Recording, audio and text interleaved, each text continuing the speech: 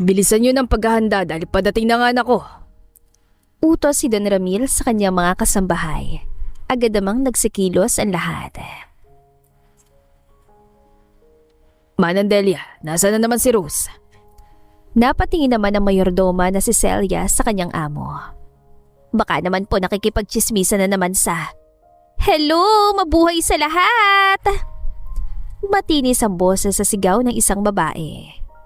"Ayan na po, speaking of the devil."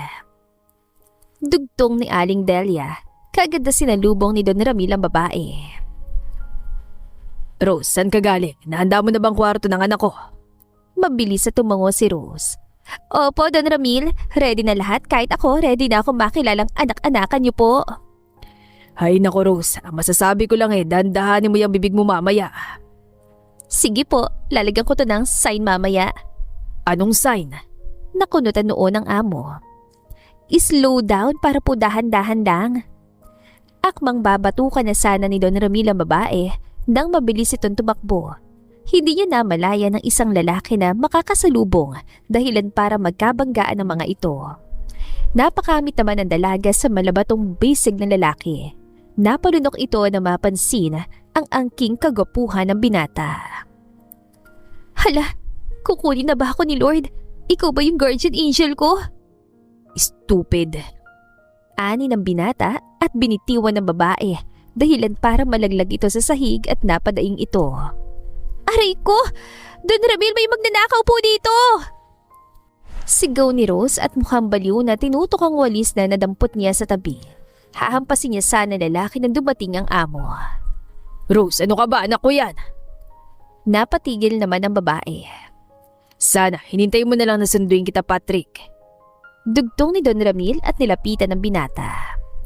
No, it's okay. Isa pa, I want to come here all alone. I'm grown man now, Dad. Uy, Inglesero, di ba sa Manila ka lang galing? Bakit parang napunta ka na sa Amerika? Singit ni Rose na ikinataas ng kilay ni Patrick. Who are you? Bakit ka naman sumisingit sa usapan namin? Uy, singit daw. Gusto mo bang makita ang singit ko? Nandiri naman ang binata. Wag mo lang siya masyadong pansinin, anak. Ganyan talaga siya. Rose palang pangalan niya. Napabusangot naman ang dalaga nang marinig yun. Rose, that name smells good pero ang bantot pakinggan pagpara sa kanya. Saan ang room ko, Dad? Gusto ko na magpahinga. About that, uy Rose, samahan mo nga itong anak ko. Dali mo siya sa room niya. Bahagyan lumapit si Don Ramil sa babae, may ibinulong. Wag mo siya masyadong inisin, okay? Yung billing ko sa iyo Nag-thumbs up naman ang babae. Tara Patrick, dito po tayo. Nairolyo na lang na lalaki ang kanyang mga mata dahil sa pagtawag ng babae na animoy close sila. So, ikaw po pala ang anak-anakan ni Don Ramil. Meaning, hindi ka po niya anak. Paano po kayo naging close? Pagbubunga nga ng babae pero hindi siya pinapansin ng lalaki at patuloy lamang ito sa paglalakad. Siguro tinapon ka ng mga magulang mo tapos nahanap ka lang ni Don Ramil noon sa loob ng timba na nasa gitna ng ilog. Nagkasalubong naman ang kilay na lalaki. What the? Pero alam mo, kahit ganyan ang istorya ng buhay mo, lagi mong iisipin na bilog ang mundo, hindi flat. Si Clea yung flat, okay? And who is Clea? Yung isang maid dito. Kapag may nakita kang babae na parehong flat ang likod at harap, siya yon. Hindi makapaniwalang napatingin na lalaki dito. Napailing na lamang siya at nang marating nilang isang pinto ay pumasok na agad ito. Sumunod naman si Rose kaya gulat ang lalaki. Ano ba? Okay na ako dito. Ha? Alam ko po ako nag-IC2 kaya magiging okay ka po talaga dito. Alam mo ba, nung nilinis ng iba, hindi kumbinsido si Don Ramil kasi alam niya na may allergy ka sa alikabok. Kaya ibinigay niya sa akin ng task. See, mas makinang pa yung paligid kesa sa ulo ni Mandencio. Oh, sino na naman yun? Yung kalbo nating hardinero. Napapikit na lamang ang lalaki at umupo sa kanyang kama. Akala nito ay titigil ng babae, ngunit mas lalo lamang nitong kinuwento ang lahat na nangyayari sa asyenda. Halos lahat ay tila nakilala na ni Patrick kahit hindi pa niya nakikita dahil sa mga walang kwentang pinagsasasabi ng dalaga.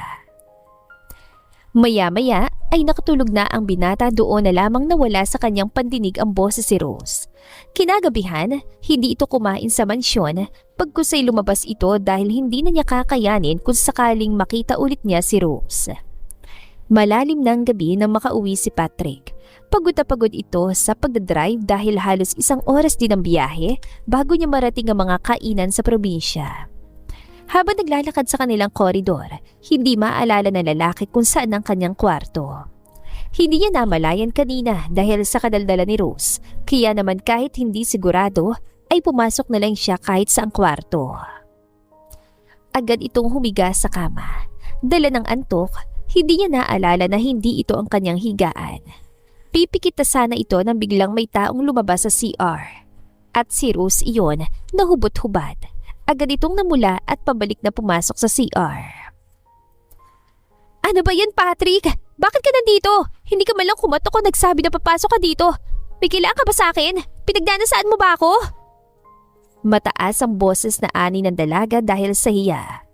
I'm sorry, pero grabe ka naman. Don't worry, marami na ako nakitang ganyan.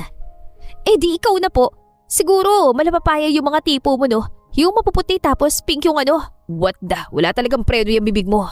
Sus, ayaw niyo pang aminin eh. Alam ko na kapag nanonood kayo ng mga bastos, yan ang gusto niyo makita eh. Paabot nga po dito ng damit ko, please. Napakamot ulo na lamang si Patrick at kinuha ang damit na nasa upuan at ibinigay sa dalaga. Salamat.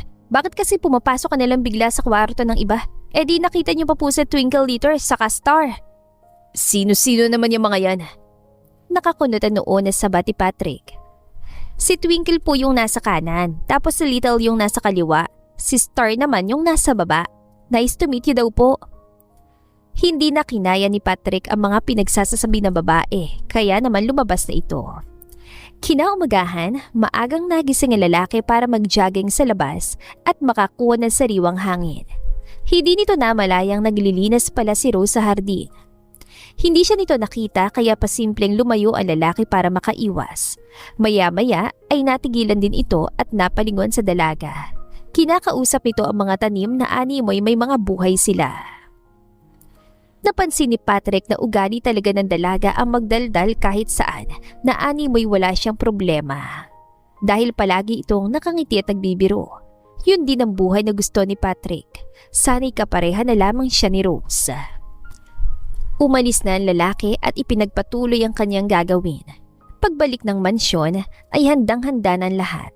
Naisip ni Patrick na mas magaan pala talaga sa probinsya. Ang totoo niyan ay madami na siyang problema sa Maynila, kaya naisipan niyang umuwi. Laking pasasalamat niya naman na meron siyang ama-amahan na kayang matatakbuhan. Anak, tara, kain na. Kumusta naman yung kwarto at tulog mo?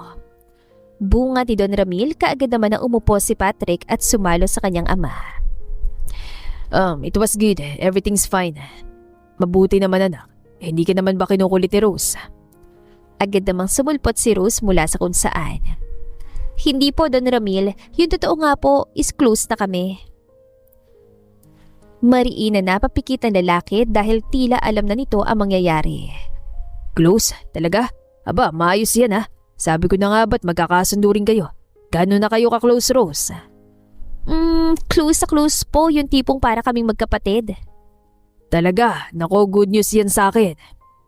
Walang kaide-ideya na wika ni Don Ramil. Opo, baka next time same room na rin kami matulog kasi para magkapatid na kami. Halos may ibuga ng amo ang kapeng iniinom. Ha? Ay, ganito po kasi yan. Pumasok po siya sa room ko kagabi, parang doon pa yata makikitulog. Nakita nga po niya sila Twinkle, Little at Star eh. Sino naman sila? Her boobs and ass. Tipid na sagot ni Patrick at tumayo para hilahin si Rose at ilayo doon. Para namang nanindig ang balahibo ni Don Ramil nang marinig yon. Ang daldal mo talaga. Hindi ka ba nahiya sa mga pinagsasasabi mo? Kailan ka ba titigil ka kadaldal? Natawa naman si Rose dahil halos umusok ng ilong ni Patrick. Eh para saan pa para binigyan ako ng bunganga kung hindi ko gagamitin? At saka sinasabi ko lang naman yung totoo eh. Kahit na. Ay, nakakagigil ka. Pag ikaw siguro kausap ko palagi, baka mabaliw ako. Baliw siya sa akin. Ikaw ha, siguro. Unang kita mo pa lang sa akin. Naakit ka na agad sa akin, ano? What the? Oh my hell, ewan ko nga sa'yo, bahala ka na dyan. Iniwan na siya ng lalaki habang si Rose naman ay tawan-tawa dahil sa reaksyon ng binata. At dito na magsisimulang mas umingay ang mansyon dahil sa tila aso't pusa na sina Rose at Patrick. Uy Patrick, papaliguan ko si Potato, sama ka? Sigaw ni Rose sa hindi kalayuan habang may hawak na aso. Ikaw siguro nagpangalan sa kanya ng Potato, ano? Nangunot naman na noon ang babae. Ha? Kanino? Dito sa aso? Eh hindi naman siya si Potato eh. Body name nito. Eh, sino yung Potato? Tinuro naman ni Rose sa mga patatas na nasa basket. Napalingon naman doon ang binata. Ayan, huhugasan ko sila. Sama ka ba? Gigil na tumingin si Patrick sa babae. I love my life. Sarkastikong anito at umalis nang naiinis. Halos araw-araw ay walang ibang ginawa si Rose kundi ang kulitin at magbunga nga sa harap ni Patrick. Pero kahit na ganoon, hindi man lang sumagi sa isip ng lalaki na umalis. Parang gamot para sa kanya ang pagiging madaldal ng babae sa paligid. Hindi kalaunan ay nasanay lang din naman ito at sinasabay ng trip ng babae. Uy Patrick, mamamalengke ako, sama ka? Alam mo, ikaw lang yata yung maid na nakilala ko na mas matapang pa sa amo nila. Pero ikaw lang mamamalengke, kaya mo ba? Nagtataka na tanong nito. Kung sasama ka, edi dalawa na tayo. Bonak mo naman. Akala ko matatalino mga nasa Maynila. Ayoko sumama, bahala ka. Agad na hinawakan ni Rose ang braso nito. Ito naman parang hindi na mabiro. Sige na sumama ka na, sabi ko kay Don Ramil, ipapasyal din kita. Kaya tara na. Hindi na nakasagot si Patrick at hinila na siya ni Rose pasakay ng motor. Hawak ka mabuti sa abs ko para hindi ka malaglag ah. Wow, galing talaga sa'yo yan. O bakit? Ayaw mo humawak sa abs ko? Gusto mo ba kay Twinkle at Little? Isa pa't bababa ako dito. Hoy!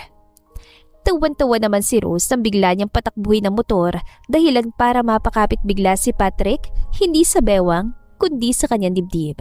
Nagkataon kasi na mas matangkad ito kaya mabilis niyang maabot mula sa likuran sina Twinkle at Little. Kumakain ka ba nito? Turo ni Rose sa petchay. Oo naman, anong akala mo sa akin hindi tao? Hindi, mukha kang alien eh. Ang tahimik mo minsan. Kung hindi ko siguro alam na nagsasalita ka, baka isipin kong pipi ka eh. Pipi na mahilig sa Agad na tinakpan ni Patrick ang bunganga nito. Pati ba naman dito hindi mo mapigilan yan? Uuy mo naman, mahilig ka naman talaga doon. Sus, for sure, marami ka nang nakain doon sa Manila no, tas iba-iba pa. Napatakip ng tenga ang lalaki at naunang maglakad. Huwag ka nang mahiya. Anong klaseng petsa yung gusto mo? Yung fresh tapos pink? Napalingon si Patrick dito at itinaas ang middle fingers sa babae. Napailing na lamang si Rose at sumunod na. Pagkatapos silang mamalengke ay dumiretso muna mga ito sa isang tambayan na maganda ang tanawin.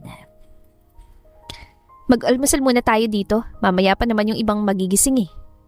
Tumango si Patrick at nag-order na. Nga pala, seryosong usapan, ilang taon ka na nga pala? Tanong ni Rose habang nasa tanawin ng tingin. Aba, nagseseryoso ka pala. Naman, marunong ako niyan hindi nga lang araw-araw. Ay nako, ibang klase ka talaga. By the way, I'm 24 years old. Ikaw? Napatango-tango si Rose. Mas matanda pala ako sa'yo, 25 na ako. Oh, wag kang nagulat ha, alam ko namang hindi halata kasi baby face. Mali, hindi halata kasi isip bata ka. Natawa naman silang pareho dahil doon. Oh, ngumingiti ka pala bagay sa'yo. Bakit nga ba kasi ang sungit mo? Natahimik si Patrick, sakto naman dumating ng kanilang pagkain. Galit ka ba sa mundo dahil sa nangyari sa'yo? Malalim na tanong ni Rose at nag-umpisang kumain. Napansin naman ni Patrick na seryoso nga ang dating nito. Hindi naman. Gusto ko lang talaga natahimik at hindi masyadong malapitan ng kahit kanino. Nahihirapan ako magtiwala sa tao. Baka katulad lang din sila ng mga magulang ko. Ayoko na maramdaman na abandonahin ulit kaya umiiwas lang ako. Sa kanila, galit ka. Hindi mo ba sila nakikilala? Hindi, at wala akong balak na kilalanin sila. Sino hindi magagalit doon? Tila may puot na sagot ni Patrick. Ito ang pinakaayaw niya sa lahat dahil baka isipin ng lahat na masama siyang anak dahil galit siya sa kanyang mga magulang. Naiintindihan kita. Alam ko yung nararamdaman mo at hindi yan mali. Agad na napatingin si Patrick sa babae. Ngumiti ito sa kanya. Halos hindi naman makapaniwala si Patrick sa narinig. Bukod kay Don Ramil, kay Rose niya lang ulit narinig ang mga salitang yon. Tila naging kakampi niya ito. Hindi niya pinahalata ngunit nanlambot ang kanyang puso. May ibang tao rin pala ang nakakaintindi sa kanya. Wala na rin ako mga magulang, kaso yung akin, si Lord na mismong kumuha nung unang. Naiinis ako hanggang sa nagtagal, natutunan ko na lang din natanggapin. Yung pala yung paraan niya para maging malakas at kung sino ko sa harap niya ngayon. Naintindihan kita at alam ko rin sa huli, hihilom din yan. Hayaan mo lang ang oras na pagalingin yan. Itinuro ni Rose ang puso ng lalaki. Tipid nang umiti si Patrick. Wala sa isip niya na may ganitong side din pala ang babae. Ngayon ay tila mas ayaw na bumalik ni Patrick sa Maynila. Ayan, tapos na akong kumain. Nako, bagal mo naman, bakla ka ba? Tumawa na lamang ang binata saka tinapos ang kanyang pagkain. Hindi pala bagay sa'yo magseryoso, no? Para nakakatakot ka. Baka isang maling salita ko lang, babarilin mo na ako. Sira ulo. Bilisan mo na, magluluto pa kami ng pananghalian mamaya. Akalain mo yun, kami yung amo mo pero kami yung inuutusan. Natawa na lamang si Rose at mabilis na pinatakbo ang motor. Habang nasa biyahe, hindi mapigilang mapatitig ni Patrick sa dalaga. Para sa kanya, si Rose na yata ang pinaka-kakaibang babaeng nakilala niya. Mas lalo lamang niya itong gustong makilala. Uy Patrick, bakit nakasimangot ka na naman dyan? Aware ka bang mukha kang pato kapag ngumunguso ka? Napahilot sa sentido ang lalaki. Paano mo naman nalaman na nandito ako? Alam mo talaga palagi kung saan sulok ako para lang sirain mong araw ko. Ito naman. Paano ko naman sisirain ang araw mo Ang ganda-ganda ko. Ang hangin, parang babagyo. Ay nako, halika para mawala yung pag-iinarte mo. Hindi na nakasagot si Patrick nang hilahin siya ni Rose papunta sa likod ng mansyon. May maliit na kubo doon at parang walang tao. Nakikita mo yan? Alam mo bang pumasok dyan yung dating mayordoma ng mansyon tapos hindi na siya nakita lumabas ng buhay? Para naman matakot ang binata sa narinig. Saan napunta? Ano nangyari? Ano naman ginawa ni Dadang malaman niya? Uy, interesado siya. For more info, bayaran mo muna ako ng 200. Mahina namang pinitik na lalaki ang noo ni Rose. Mananakit talaga ha? Siyempre, pinalibing ng dad mo bukod sa wala na rin yung pamilya Napamahal na rin yun kay Don Ramil. Hindi mo ba nakilala yun? Nope, hindi naman kasi ako nagbibigay pansin kahit kanino. Dati sadyang si Dad lang. Tilak kinilig naman ng dalaga. Pero ngayon interesado ka sa akin Ikaw Alam mong hangin mo. Pero yung totoo, ano pa talaga nangyari? Bakit hindi nakalabas ng buhay? Safe pa ba dito? Oo naman, safe na safe tayo lahat dito. Ganito kasi yan. Hindi na nakalabas ng buhay yung dating mayordoma. Kasi nung pumasok siya dyan, inatake siya sa puso. Di ayun, tigok na lumabas dyan. O diba, hindi siya buhay? Halos masuntok na ni Patrick ang isang puno na malapit sa kanya dahil sa malaman. Sarap magmura, akala ko kung ano na. See, sabi sa'yo mawawala yung pagbubusangot mo O tapos, napalitan naman ng inis. Hindi ka talaga nag-feel na busitin ako, no? Padabog namang umalis sa lalaki. Huy, inis na inis siya. Ano mo bang the more you hate, the more you love, ha? Pahabol pa ni Rose na may ngiti sa labi. Kinagabihan, parang wala sa sarili na pangiti-ngiti si Patrick na naaalala niya kasi ang mga bagay na mga pinagsasabi ni Rose at muntik niya ring paniwalaan. Damn that girl. Bulong nito. Nakita naman yon ni Don Ramil at sinamahan ng anak na magmuni-muni sa kanilang terrace. Mukhang nawawala na sa isip mo yung problema mo Salamat naman at nakakangiti ka na. Napanigon si Patrick sa kanyang ama. Hi Dad, wala to. Sobrang magaan lang talaga sa loob kapag nandito ako sa poder mo. Sus, talaga ba? Gusto ko nga rin na dito ka lang kaso alam ko namang nahihirapan ka. Lalo na dito nakikita mo sa lugar na ito yung mga tunay mong magulang. Malalim na wika ni Don Ramil. Huwag ka pong mag-alala Dad, baka sa susunod ay mapatawad ko na rin sila. Isa pa, nagpaplano rin ako bumalik dito. Gusto na kitang alagaan, ayoko na sayangan yung matagal na panahon makasama ka pa. Asus, pero sana bigyan mo na ako ng apo. Siya pala yung girl. Wala na po kami.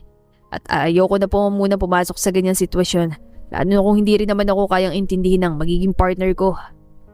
Lumapit si Don Ramil sa anak at niyakap ito. O sige anak, kung saan ka masaya doon ako. Susuportahan kita sa lahat ng bagay at lagi mong tatandaan na hindi kita iniwan at iintindihin kita. Niyakap naman pabalik ni Patrick ang kanyang ama. Kahit na hindi sila magkadugo, ramdam na ramdam niya ang pagmamahal nito. Bigla na lamang sumagi sa isipan ni Patrick si Rose. Kagaya ng kanyang ama, tila pakiramdam nito, ganoon din si Rose sa kanya. Sumilay naman ang malawak ng ngiti sa kanyang labi. Patrick, sabi daw ni Don Ramil, lilinisin ko na raw yung kwarto mo. Sigaw ni Rose mula sa labas ng kwarto. Kaagad naman siyang pinagbuksan ng pinto ni Patrick. Bakit kailangan sumigaw? Pwede naman kumato ka. Alam ko kasing kapag kakatok lang, hindi mo ko papansinin, kaya sinigurado ko na maririnig mo. Nairolyo ng binata ang kanyang mga mata. Oh, hindi ka ba lalabas? Alam ko allergy ka sa alikabok eh. Wag na, babantayan kita rito. Baka galawin mo mga gamit ko eh. Tsaka wala namang alikabok, lilinisin mo lang yung kalat. Nang aasar na wika ng lalaki. Ayan, magkakalat ka tapos papalinis po sa akin. Nanlaki naman ang mga mata ng binata. O bakit nagre-reklamo ka? Paglinis ka na or isusumbong kita. Hindi na nagsalita si Rose. Umakto itong ziniper ang bunganga na ikinangiti naman ni Patrick. Maya-maya ay nasampal niya ang sarili nang napagtanto ang nangyayari. Habang nililigpit ni Rose sa mga kalat, busy naman na lalaki kakabasa ng isang libro. Wala to dito last time ah. Ikaw ba naglagay ng mga trophy dito? Sa'yo to lahat? Namamanghang sabi ni Rose at pinagmasdan ang nakadisplay na trophy. Yep, galing Manila yan. Natilagay ko dyan para may display naman. Napatango-tango naman ang babae. Namaya niyang katahimikan sa paligid hanggang sa mapadapo si Rose sa isang picture frame. Maya-maya pa ay nalaki ang mga mata ni Patrick nang maaalala kung anong klaseng picture yon. Bilisan mo na dyan at... Ikaw to no, napaka-cute naman ng... Ibaba mo yan. Namumula naman sa hiya ang lalaki habang nakatingin kay Rose na hawak-hawak ang frame. Picture niya yon ng bata, ngunit ang malala ay nakahubad siya dito at wala talaga siyang suot. Cute size ka pa dito, Patrick oh. Naku, lugi naman ako, ganito lang makikita ko samantalang yun sa'yo nakita mo yung older sizes ko. Halos magpakain na sa lupa ang lalaki dahil sa hiya. Lumapit na ito kay Rose at kukunin na sana ang frame nang bigla yung itaas si Rose. Hindi nito alam na matatamaan yan trophy na nakalagay sa taas ng divider. Nakita yun ni Patrick at bago pa mahulog yun sa ulo ng dalaga ay nasalo na niya ito. Para naman nag-slow motion ang paligid nang tuluyan nilang mapagmasdan ang isa't isa sa malapit. Napalunok ang binata nang mapansin ang taglay na kagandahan ni Rose. Maya-maya pa ay napatingin ito sa namumulang labi ng dalaga. Gusto niya yung angkinin dahil na rin sa lapit ng kanilang mga mukha. Hahalikan na sana niya ito nang bigla na lamang may nalaglag na isa pang trophy sa kanyang ulo. Aray! Daing nito. Kaagad namang kumuha ng first aid kit at yelo si Rose. Ayan, hindi ka kasi nag-iingat. Ay wow ha, imbes na thank you yung marinig ko. Di thank you. Ay ano ba yan? Tignan mo, laki ng bukol. Nag-aalalang wika ng babae. Natigilan naman si Patrick at napatitig dito. Bakit naman concerned ka? Aba malamang, tignan mo may sugat. Halos ipagdabot ka nga ni Don Ramil sa lahat para hindi ka masaktan tapos masusugatan ka lang dahil sa akin. Parang nagpapanik na sagot ni Rose. Kitang-kita sa kanyang mga mata ang pag-aalala at awa. Hey, listen to me. It's okay. I'm fine at hindi mo kasalanan to. Hinawakan ni Patrick ang mukha ng dalaga para mapatitig ito sa kanya. Pasensya ka na. Ayos lang, huwag ka na mag-alala.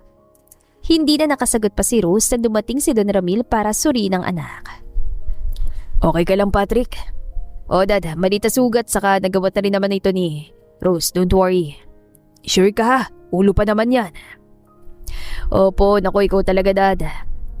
Napangiti si Rose na masaksihan niya ang dalawa. Hindi na malaya ni Patrick na umalis pala ang babae. Hindi na muna niya pinansin yon dahil akala niya ay napahinga na rin ito. Kinaumagahan, laking gulat na lamang niya nang hindi niya makita si Rose. Ilang oras na lumipas pero halos walang kaingay-ingay ang mansyon. Dad, ang tahimik ng paligid. Nasa si Rose? Si Rose ba? Nasa kwarto niya lang yon. Himala nga for the first time. Maaga niyang ginawa lahat ng gawain kanina. Kaya yon, siguro natutulog o nagpapahinga. Bakit? Wala naman. Nakakapanibago lang na walang nag-iingay. Teka, bakit? No, I mean, wala Dad. Kung ano man yung iniisip mo, please erase it. O bakit? Ikaw wala naman akong sinasabi Hindi na nakipagtalo ang lalaki at pumunta na ito sa kanyang kwarto. Napadaan siya sa kwarto na babae. Gusto man niyang kumatok ngunit hindi niya magawa dahil baka isipin nito na hinahanap siya ni Patrick. Lumipas ang oras pero parang hindi naman mapakali si Patrick kakaisip sa dalaga. Hindi niya alam kung bakit niya ito nararamdaman. Pinili na lamang niyang matulog at alisin yon sa kanyang isipan. Nang nagising ito ay malalim ng gabi. Bumaba siya sa kusina para kumuha ng pagkain. Napabuntong hininga ito dahil tila kulang ang araw niya dahil hindi nito nakita si Rose. Ilang araw din nagtagal ang ganoong sitwasyon. Halos mabaliw si Patrick kakaisip kung bakit parang hindi na siya kinukulit ng babae. Ayaw din naman niyang mag-first move at kulitin ito dahil baka mapansin ng lahat at kung ano pang isipin. Pero dahil sa nag-aalala na ito, maaga siyang gumising at hinintay na lumabas si Rose at makita niya ito. Nakaupo lamang siya sa sala buong maghapon ngunit hindi niya talaga nasilay ng dalaga hanggang sa lumalim na ulit ang gabi. Ano bang trip niya? Naiinis na bulong nito. Tumayo na siya at takmang aalis na nang biglang bumukas ang isang kwarto. At iyon ay ang kwarto ni Rose. Lumabas ang dalaga na wala namang kahit anong masakit o nararamdaman. Gising ka pa pala. Casual lamang nasabi ni Rose at nilagpasan ng lalaki para pumunta sa kusina. Sinundan siya nito at pinagmasdan sa kanyang gagawin. Hindi nagsasalita ang dalaga kaya doon na napansin ng lalaki na may mali. Teka, may problema ka ba? Bakit ang tahimik mo? Napalingon si Rose sa kanya. Wala naman. Tipid na sagot niya at naglakad ulit. Hinawakan naman siya ni Patrick sa kamay. Let's talk. Hinila siya ng binata papunta sa labas ng mansyon. May mali talaga Baka pwede mo naman sabihin sa akin kasi nakakapanibago ka Ay naku, sabi ko naman sa'yo, wala nga to. Anong wala? Ilang araw ka ng ganyan Hindi ka naman ganyan dati. Mga alas 8 ka na nagigising tapos kukulitin mo ko kapag breakfast. Tapos kahit anong oras at kung nasan ako nakikita kita. Bakit ngayon hindi kita nahagilap kahit sa sulok ng bahay? Tell me, umiiwas ka ba sa akin? Natagalan pa bago sumagot si Rose. Huminga ito ng malalim. Hindi naman. Gusto ko lang siguro maging ganito muna. Yan, dyan kayo magaling. Yung sanayin ako sa isang bagay tapos hayaan nyo rin sa huli na parang basura lang kasi ayaw nyo na. Hindi na ako nag-e-exist sa inyo. May hugot na bulala si Patrick. Hindi niya alam bakit nasasabi niya ito pero pakiramdam niya kasi pati si Rose ay iniwan siya. No, hindi ako ganyan. I mean, tila nanlambot naman ang dalaga habang nakatingin sa lalaki. Ayaw niyang nasasaktan ito. Pakiramdam niya nang hihina siya kapag alam niya na hindi okay si Patrick. Sorry, hindi ko naman sinasadya na maramdaman mo na umiiwas ako. Oo, umiiwas ako pero hindi sa'yo. Umiiwas ako sa mga bagay na mangyayari.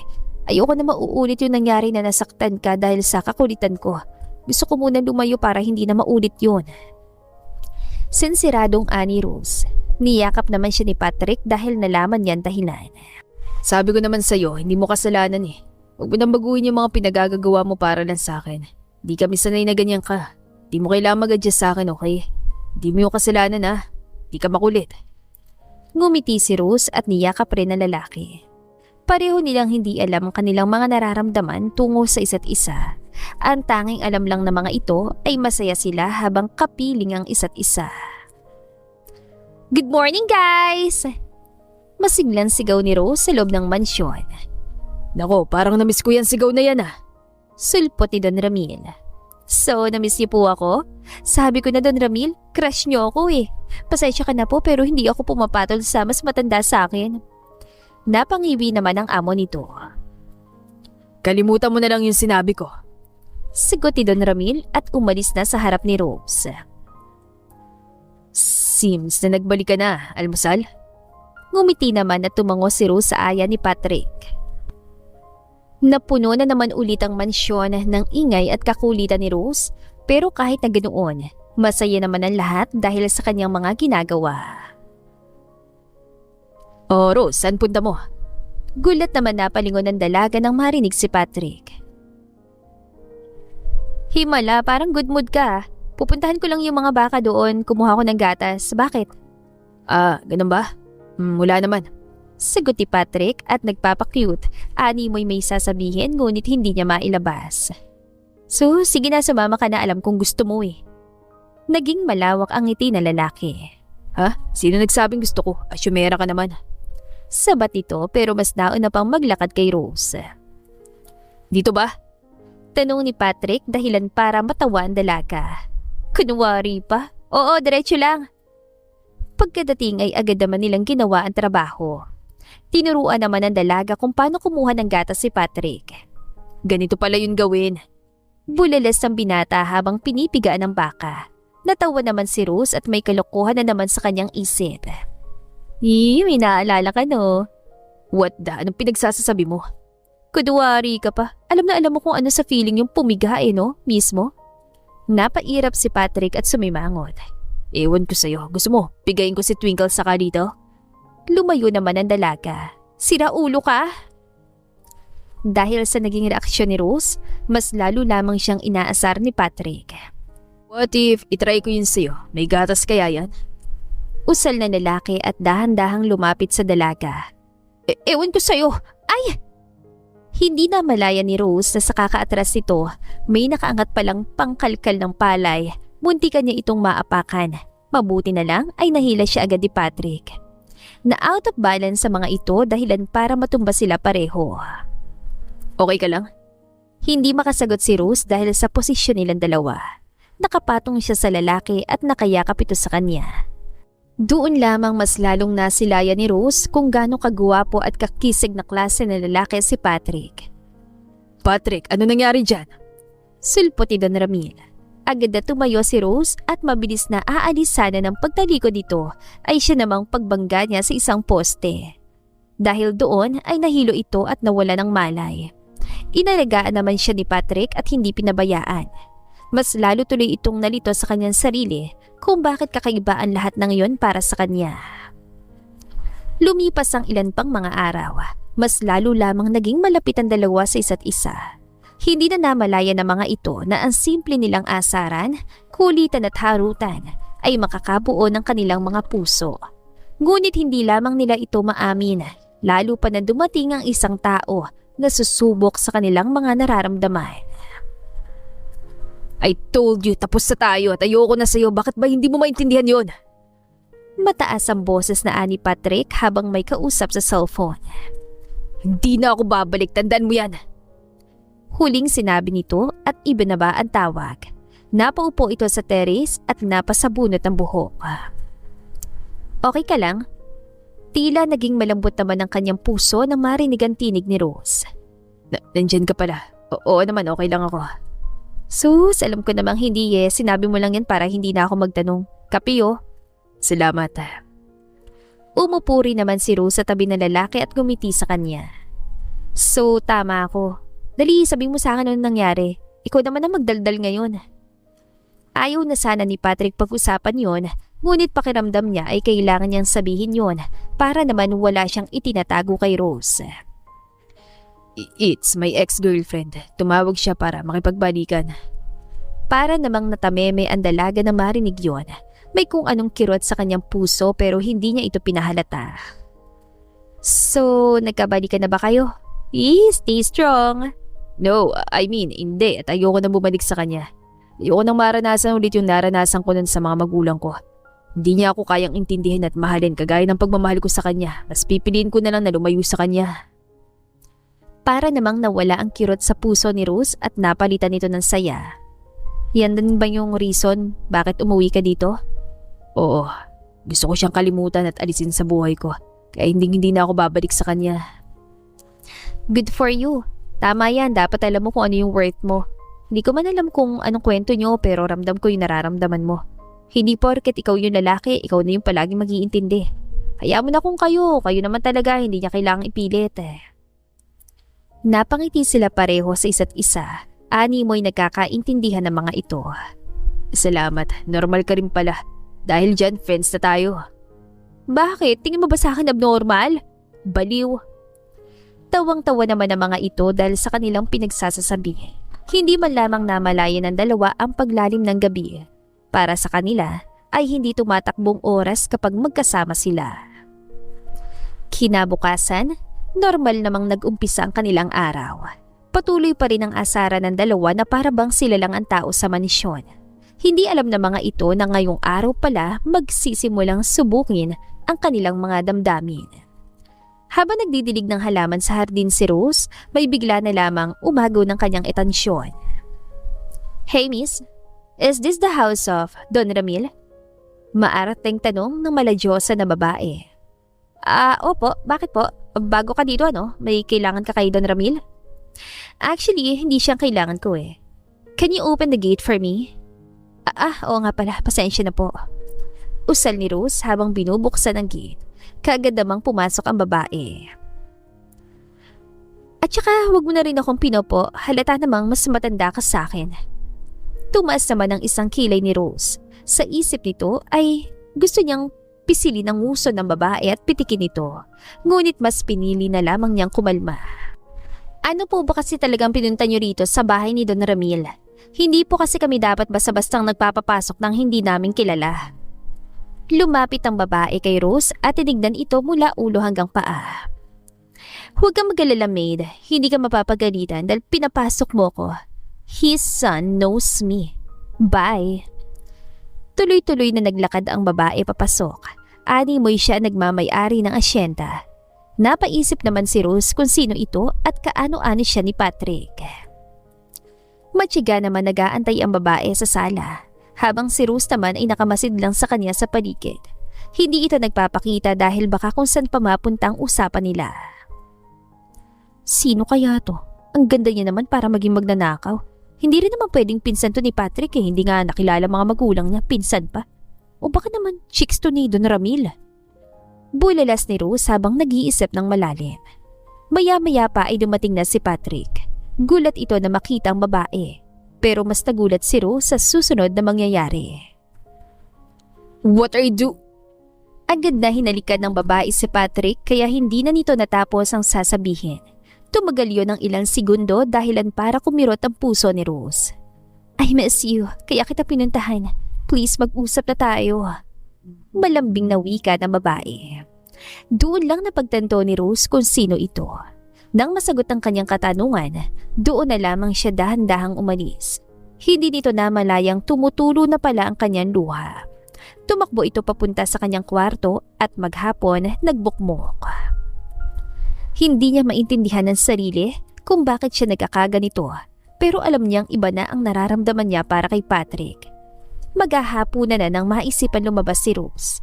Kahit na alam niyang makikita niyang babaeng yon, ay pinili na lamang niyang umaktong walang pakialam. Oh, ayan, nandito na si Rose, kain na tayo. Bunga ni Don Ramil, tumango naman ang lahat at nagsikain na. Silin, iha, mabuti naman at natuntun mo itong bahay ko. Oo nga po eh. Baka minagdat lang po ako ng puso ni Patrick kaya pakiramdam ko kanina ito yung bahay niyo. Nakangtiman ngunit kita sa mukha ni Don Ramil ang pag-aalala, lalo na tahimik ang kanyang anak. Ganun ba? Ang sweet mo naman. Wala po yon, maliit na bagay para sa mahal ko. Matamis ang umiti si Celine at hinawakan ang mukha ni Patrick. Nakita yun ng lahat at tila kinilig naman ng ibang katulong. Puwera kay Rose na may kung ano-anong binubulong dahil sa selos. Bakit ang tahimik mo? Naagaw ang lahat ng atensyon pagkasabi no ni Patrick. Tumigil si Rose sa pagkain at tumingin pabalik sa lalaki. Kumakain ako. Tipid na sagot ito. Liar, may hindi ka sinasabi. Bakit? Ano ba dapat kong sabihin? Ano nangyayari sa'yo? Bakit interesado ka? Kasi gusto kong malaman. Baka umiiwas ka na naman. Sulpot ni Don Ramil dahilan para matigil ang pagtatalo ng dalawa. Huminto naman ang mga ito at nagsikain na. Pansin naman ni Celine ang lahat. Kahit hindi pa sabihin ng dalawa, alam niyang may nangyayari sa mga ito. Tumingin siya kay Rose at sumagi sa isip nito na hindi magwawagi ang babaeng kagaya niya para kay Patrick. Napuno ng katahimikan ng gabing yun. Ilang araw ang lumipas at todo iwas naman si Rose sa lalaki habang panayhabol din si Patrick sa kanya, kaso hindi natutulog dahil sumasagabal sa Celine. Dad, bakit mo naman naisipang mag-beach? Nagtatakang tanong ni Patrick sa ama. Hindi pa nakakasagot si Don Ramil na sumabat sa Celine. Ako kasi may idea niyan. Naisip ko lang. Pwede bang tumigil ka muna kakasabat lalo na kapag hindi ka tinatanong? Pumunta ka pa talaga dito para mag-beach. Natameme naman sa Celine at ang lahat ang nakarinig. Sayang at wala si Rose dahil nasa kwarto niya ito. Anak, kalma muna. Nagsuggest lang siya sa akin. Isa pa, gusto ko kayong itreat. Lalo na yung mga kasama natin dito sa mansyon na kahit na paano ay makarelax sila. Pagpapaliwanag ni Don Ramil. Okay, mag-ayos na kayo. Sasabihan ko lang si Rose. Pagkatapos sabihin niya ni Patrick ay umalis na ito. Katok ito ng katok sa pinto ni Rose pero walang sumasagot kaya naman kinuha niya ang duplicate ng susi para makapasok sa loob. Hoy! Sigaw ni Rose na makalabas ito ng banyo at agad ding bumalik na makita si Patrick na papasok ng pinto. Bakit kasi hindi ka sumasagot? Kanina pa akong kumakatok. Paano ko sasagot? Nasa banyo ako. Bakit ka naman pumasok dito? Imposibleng nahaligaw ka na naman. Hindi, pinasok talaga kita rito. Ano ba talagang problema? Huminga ng malalim si Rose. Sinabi ko naman sa iyong wala, di ba? Hindi ba ako pwedeng magpahinga muna kakadaldal? Bawal bang maubos ang energy ko? Di sa akin ka magpahinga. Rapin mo ako ngayon. Nairolyo na lamang ni Rose ang kanyang mata. Pabot nga ako ng tuwalya. Sumilay naman ang nakakalokong ngiti sa labi ni Patrick. Bakit mo pa kakailanganin yun Nakita ko na naman na yan. Baliw! Manyak! Umalis ka nga rito! Isusumbong talaga kita sa tatay mo! Tawan-tawa naman si Patrick. Hindi kalaunan ay iniabot niya ito pero hindi pa nakukuha ni Rose ang tuwalya nang bigla siyang hatakin ni Patrick at yakapin ang nakahubad. Gulat na gulat ang babae pero hindi rin naman siya pumapalag. Ilang minuto lamang silang nagkaganon, walang salita lumalabas sa kanilang mga bibig. Tanging pagtibok ng kanilang mga puso ang nag-iingay na mga oras na yun. Patrick, nandito ka ba? Kumusta si Rose? Pagtawag ni Don Ramil mula sa labas ng kwarto, agad na nabalik ang dalawa sa realidad. Pumasok na si Rose sa banyo at nagbihis. Maganda ka na, alis tayo, papunta ng beach. Hintayin kita ha. Malambing na wika ni Patrick at lumabas na ng kwarto. Hindi nagtagal, natapos na rin ang paghahanda ng lahat. Palihim namang nakatitig si Patrick sa dalaga. May gusto niyang masolo si Rose ngunit patuloy naman ang pagpapapansin ni Celine. Patrick, sa car mo ako sasakay Ano, tara na? Pagpapakyut ni Celine. Napairap naman si Rose at diretsyon tumungo sa van ni Don Ramil.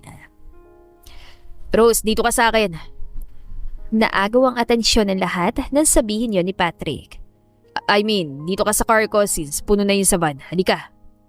Binuksan naman ni Patrick ang pintuan ng front seat. Hindi pa nakakasagot si Rose nang agad na pumasok sa Celine doon. Thank you, Patrick. Bulala si Celine na para sa kanyang ginawa ni Patrick. Padabog na lamang na pumasok si Rose sa likod nito at umupo. Napabuga na lamang ng malalim na paghinga ang lalaki bago pumasok at nilisa na nila ang lugar. Habang nasa biyahe, tahimik lamang ang tatlo hanggang sa tumunog ang radyo ng sasakyan. Sumakto pa na kanta para sa mag-ex ang pinatugtog. Oh wait, bakit mo naman papatayin? Chill, pakinggan natin. Pigil na Celine ang akmang papatayin yon ni Patrick. Hindi na lamang nagsalita ang lalaki at nag-focus sa pagmamaneho. Tumingin ito kay Rose mula sa side mirror. Tahimik pa rin ang dalaga at tila nagtataray. Naalala mo ba yung first nating mag-beach? Ganitong-ganito yung atmosphere, di ba? Tapos yung araw na sinagot kita. Ang cute, no? Ngayon, ganito na tayo. Siguro way ito para maibalik natin yung dati. Napalingon si Celine sa lalaki. Habang sinasabi niya yon, wala namang naririnig si Patrick dahil ang atensyon nito ay na kay Rose. Wala sa isip na lalaki na kasama niya si Celine. Look, ang plenty ng... ano nga tawag sa prutas na yun, oh? Turo ni Celine sa mga puno ng mangga na nadaraanan nila. Iritang-irita naman si Rose sa kaartehan nito. Manggalang naman yan. Prutas daw ang arte. Di ba niya alam yung salitang mango? Bulong ni Rose at nagme-make face pa. Napasudyap naman si Patrick sa babae mula sa mirror. Nakita niya lahat kaya naman napangiti ito at pinagpatuloy na lamang ang pagmamaneho ng may ngiti sa labi. Sa kabilang banda naman, nakita rin ni Rose ang kanyang paggiti. Ngunit sa isip nito ay para yon kay Celine. Nasakta naman ang dalaga dahilan para umiiwas ito kay Patrick buong araw. Akin na yung mga gamit mo, Rose. Patrick, can you help me sa mga bags ko? Padabog na kinuha ni Rose ang kanyang gamit at tuloy-tuloy na pumasok sa resort kasamang ibang kasambahay. Napailing na naman ang lalaki. Anong gusto mong kainin, Rose? Hindi pa nakakasagot ang babae na sumabat na naman si Celine. Ako Patrick, gusto ko ng adobo. Di ba paborito natin lutuin yan? Gawin kaya natin ulit. Muli na naman nag-walk out si Rose. Napatingin na si Patrick sa kanyang ex. Bakit hindi ikaw kumuha ng kakainin mo? Responsibilidad ba kita? Nawala na ng gana ang lalaki at lumabas ito. Tuwan-tuwa naman ang lahat habang naliligo sa dagat. Pinagtitripa naman ng kasambahay ang kanilang amo na si Don Ramil. Kung noon si Rosa nag-uumpisa ng kalokohan, ngayon tila wala itong ganyang nakaupo sa gilid. Lagyan kita ng sunscreen, gusto mo? Bakit hindi ka maligo? Alok ni Patrick sa nakabusangot at si Rosa. Naligo na ako kanina. Ay, alam ko. Iba naman tong sa beach. Ayaw mo ba dito? Sabi mo lang kung may gusto kang puntahan. Napalingon si Rose sa lalaki. Gusto niya itong kausapin. Patrick, may tanong ako. Hey Patrick, pwede ba makaistorbo? Palagyan naman ng sunscreen please. Biglang sabat ni Celine. Tila napuno na si Rose at tumayo ito. Go, hindi ka naman nakakaistorbo. Enjoy kayo, doon na muna ako.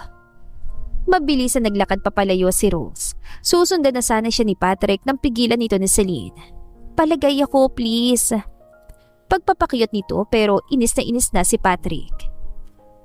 Ano ba talagang gusto mo, Celine? Alam mo ba nakakainis ka na? Ilang ulit ko ba sasabihin sa'yo na hindi na kita mahal? Bakit? Kasi may iba ka na?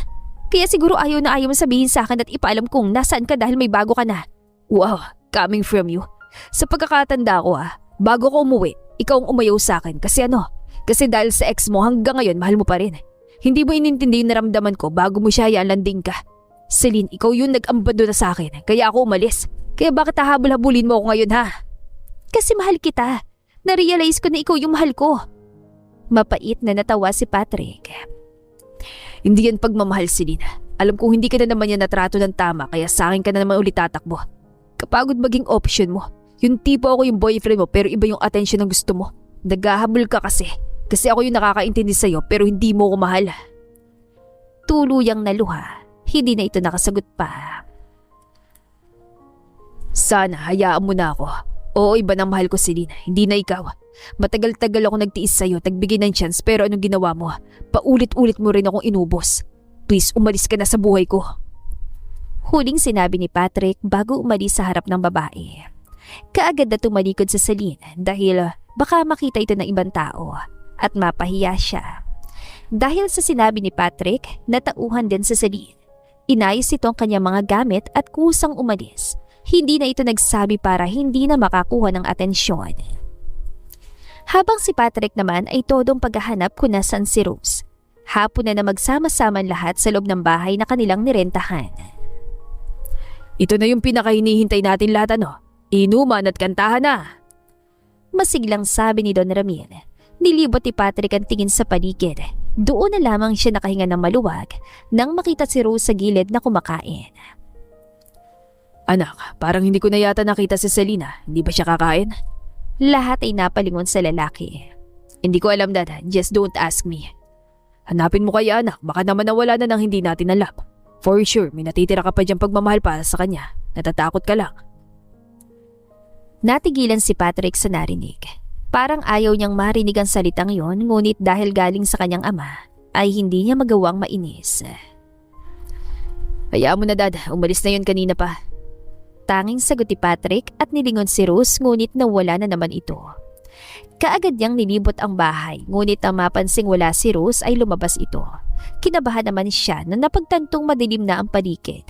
Mabilis siya nagtanong-tanong sa mga staff ngunit hindi alam ng mga ito at hindi napansin si Rose kaya halos mapamura si Patrick. Mabilis ang paglakad ni Patrick papunta sa tabi ng dagat. Umaasang naroon ang babae. Ngunit habang papalayo ay mas lalo lamang niyang napapansing walang katao-tao sa paligid. Pabalik na sana siya ng kanyang kwarto, ngunit sa kanyang pagtalikod, nakasalubong niya ito. Ginagawa mo dito? Masyadong madilim ah. Hindi agad sumagot si Patrick at niyakap ang babae. Pinag-alala mo ko, bakit ka nasa labas? Hinahanap ko si Celine, kanina pa kasi siyang wala. Malamig na bulala si Rose. Ramdam yon ni Patrick kaya kumalas siya sa pagkakayakap. Bakit mo naman siya hinahanap? Kasi ayoko mag-alala ka. Hindi ko alam pero parang ganun. Hinahanap mo rin ba siya? Nakunutan noon na lalaki. Ikaw ang hinahanap ko, Rose. Bakit? Bakit kaya akong hinahanap at hindi siya?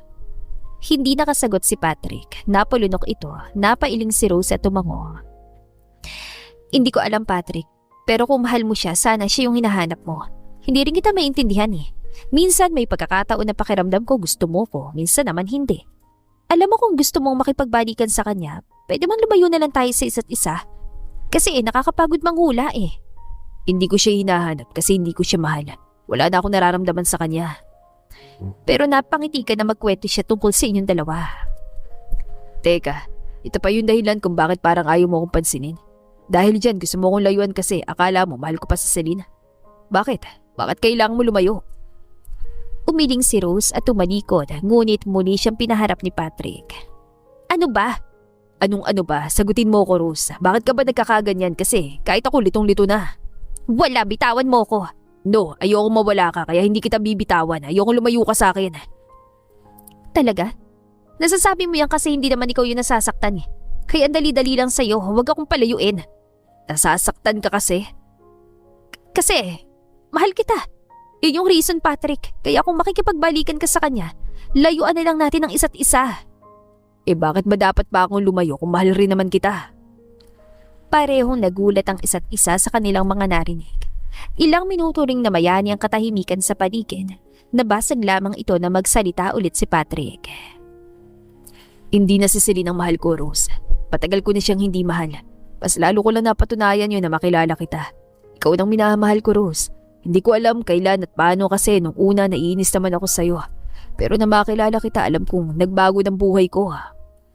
Mahabang paliwanag ni Patrick at lumapit sa dalaga. Hinawakan niya ito sa bewang at hinigit papalapit sa kanya. Ako rin naman, hindi ko alam kung kailan nagsimula. Kung bakit noon wala naman ako nararamdaman na ganito, umpisa lang na dumating ka parang may nagbago sa akin. Hindi ko maintindihan kung bakit parang ayaw kita masaktan.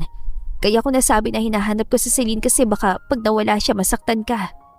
Pero yung totoo, mas masasaktan ako kung ikaw yung mawawala, Rose. Kinakabahan ako kanina kasi baka umalis ka at saan ka mapunta.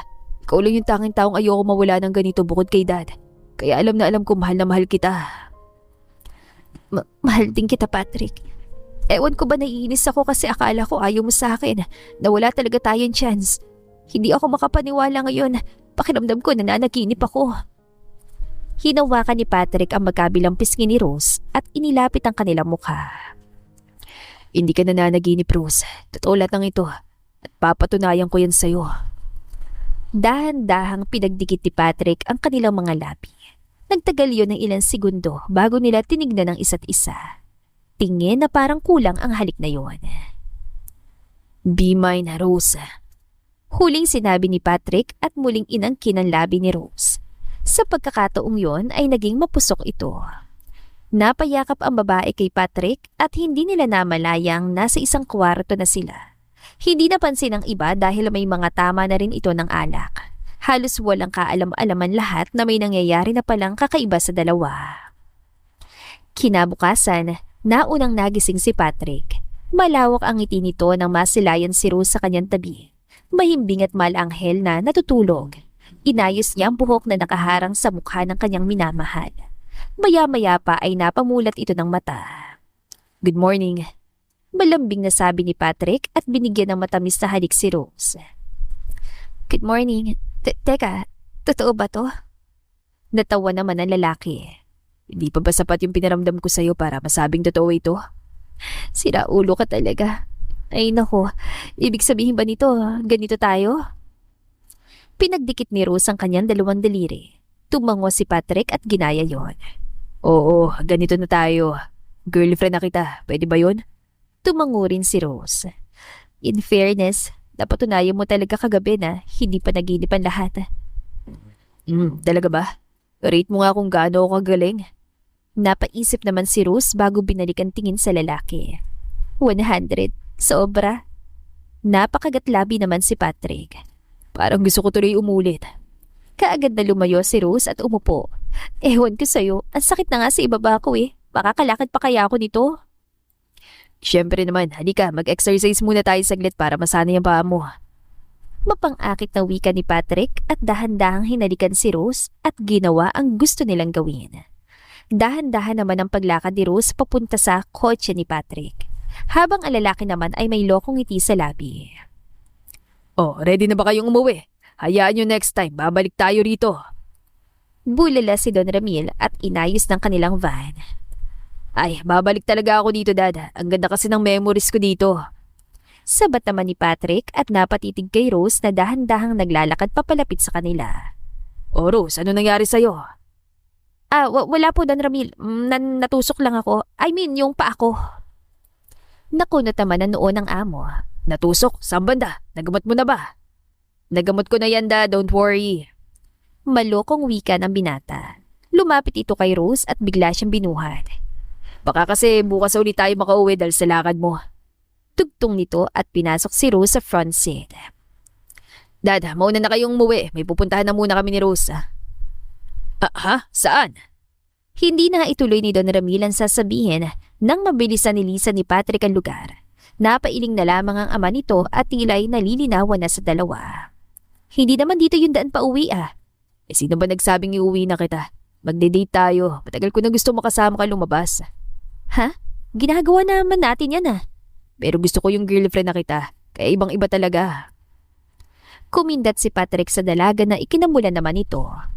Che, naiinis pa rin ako kasi hindi ako makalakad na maayos dahil sa'yo. Well, baby, nagigil lang siguro talaga si Junior kagabi. Gusto niya nung mamit sila Twinkle at Little, lalo na si Star. Mapang-asar na sagot ni Patrick. Talaga ginaganyan mo na ako. Pasalamat ka na pagod ako at hindi kita masagot Tumawa na lamang si Patrick at hinawakan ng kamay ni Rose habang nagmamaneho naman ang isang kamay. Ang cute lang, no? Ganito tayo mag-asara noon. Kung magsagutan tayo parang aso at pusa. Pero ngayon parang yung gusto ko nalang sabihin yung salitang I love you. Ngumiti si Rose at hinigpitan ng paghawak ng kanilang mga kamay. I love you, Patrick. Mabilis na nilingon na lalaki ang kanyang girlfriend at saglit na hinalikan ng kamay ni Rose. I love you, Rose. Hindi nagtagal, narating din ng dalawa ang isang mall. Una nilang pinuntahan ay ang isang photo booth. Madaming litratong kanilang kinuha, iba't ibang pose at anggulo. Malalakas ang kanilang tawanan, mahalatang sobrang saya nila sa piling ng isa't isa. Alin dyan ang gusto mo? Tanong ni Patrick at napatingin sa mga prize na pwedeng makuha sa arcade. Kaya mo bang makatumba ng 15 bottles para dun sa malaking bunny? Sus, 15 lang. Kahit sumobra pa dyan. Miss, isang gun nga. Ibinigay naman kay Patrick ang laruan na baril. Kinasa niya ito at mayabang na itinutok yon sa mga target. Meron lamang siyang 10 bala kaya kailangan ay magaling siya mag-asinta na makapatumba ng bottle sa isang bala. Unang kalabit ng baril ay wala man lang natamaan ng lalaki. Napatikom ito ng bibig at nahihiyang lumingon kay Rose. Lihim naman tumawa ang dalaga. Teka, may daya ba ito, miss? Pagrereklamo ng lalaki na maubos ng kanyang bala pero wala siyang matamaan. Hoy, halika nga rito. Sige na, huwag na yan, sa iba na tayo. Pigil ni Rose habang tumatawa. Hindi, bibiling ko na lang yung stop toy, miss. Magkano? Kahit yung iba ay natatawa na rin kay Patrick, pero pursigido talaga siyang kunin yon kaya binenta na lang ito sa kanya. Sabi nila nakakalungkot daw ang movie na ito. Gusto mo pa rin bang panoorin? Nag-aalalang tanong ni Patrick habang nakatingin sa tiket ng pinili nilang movie. Ano ka ba? Oo naman, hindi ako iyakin ikaw ba? Hindi naman ako iyakin, grabe ka. Sige, ganito na lang. Kapag umiyak ka, dapat may reward ako galing sa'yo. At kung ako yung umiyak, may reward ka sa akin. Naningkit ang mata ni Rose. At anong reward naman yan? Siyempre, alam mo na. Kinurot na lamang ng babae ang kanyang kasintahan dahil sa kapilyuhan nito. Habang tumatagal, mas lalo lamang bumibigat ang kanilang pakiramdam. Sa huli pareho silang umiyak sa movie. Hindi dahil sa nakakalungkot ito, kundi dahil sa mga bagay na kagaya sa movie ay nangyari din sa kanila sa totoong buhay. Grabe no, pagkatapos ang lahat-lahat pinagdaanan nila, pero naayos pa rin nila, yun lang hindi na sila magkasama. Bulalas ang dalaga habang nakatulala pa rin sa malaking screen ng sinehan. Di talaga natin hawak kung ano yung mangyayari sa atin sa future, pero tayo naman ang kumikilos para dito. Bakit kaya ganun ano? Nasira na pero naayos naman ang kaso. Kailangan ng sakripisyo para lang maayos yung isang bagay. Pero alam mo, mas pipiliin kong ayusin natin magkasama kaysa naman mag-isa. Napalingon si Rose sa lalaki. Tumutulo pa rin ang kanyang mga luha. Natatakot ako, Patrick. Pero kung ikaw lang din naman ang makakasama ko, ayos lang. Huwag lang sana tayong umabot sa ganyan kasi nakakatakot. Shh, tahan na. Huwag ka mag-alala. Gagawin ko lahat para maiwasan natin yan. Nandito lang ako palagi. Niyakap na mahigpit ni Patrick si Rose para iparating dito na ayos lang ang lahat at walang dapat ikatakot lalo na't magkasama silang dalawa. Pagkatapos silang manood ay nag-ikot-ikot pa mga ito sa loob. Bumili sila ng mga matching na bagay. Kahit anong makita nila ay hindi nila sinasayang ang oras at ginagawa agad nila yon. Para bang gusto nilang gawin ang lahat ng mga karaniwang ginagawa din ng couple. Masayang kanilang mga puso dahil sa wakas, sa tinagal-tagal ng panahon, naranasan din nila ang mga ganitong bagay. Kumain ang mga ito at napagpasyahang lumabas na. Hindi lang nila napansin na gabi na pala at napasarap ang kanilang bonding. Naisip muna ng mga ito na maglakad-lakad para mapatunaw ang kanilang kinain. Nag-enjoy ka ba ngayon?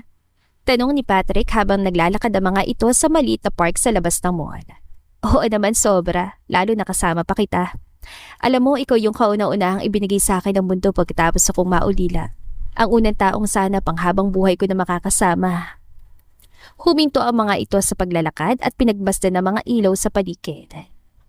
Huwag kang mag-alala dahil yung mga sana mo ay gagawin nating totoo.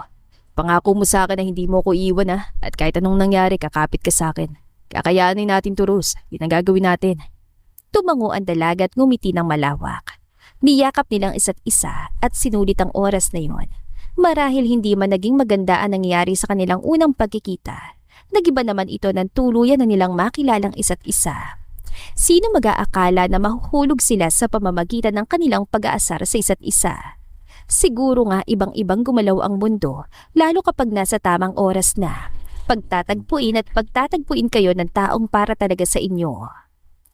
Sobrang saya ni Don Ramil nang malaman nito ang tungkol sa dalawa. Wala na siya yung ibang mahihiling pa, kundi ay ang tumagal at maging matibay ang samahan nila Rose at Patrick. Ilang buwan din lang ang lumipas at tuluyan ang nagpakasalan dalawa. Sa ngayon, namumuhay ang mga ito na matiwasay at masaya habang kasamang kanilang 3 anak. Ito na yata ang pinakaantay ni Rose at Patrick na klase ng buhay. Laking pasasalamat ng mga ito na sa wakas, sila ay pinagtagpo at nagsama hanggang sa dulo ng kanilang kwento. Sana nagustuhan niyo ang kwento ni Rose at Patrick. Kwentong nagpapahiwatig na minsan ang tadhana ay mapaglaro. May araw na sasaktan tayo nito, ngunit hindi ibig sabihin ay ipagkakait natin sa ating mga sarili ang magmahal ulit. Dahil minsan ang taong makakapagpagaling sa'yo ay darating sa hindi mo inaasahang paraan at pagkakataon.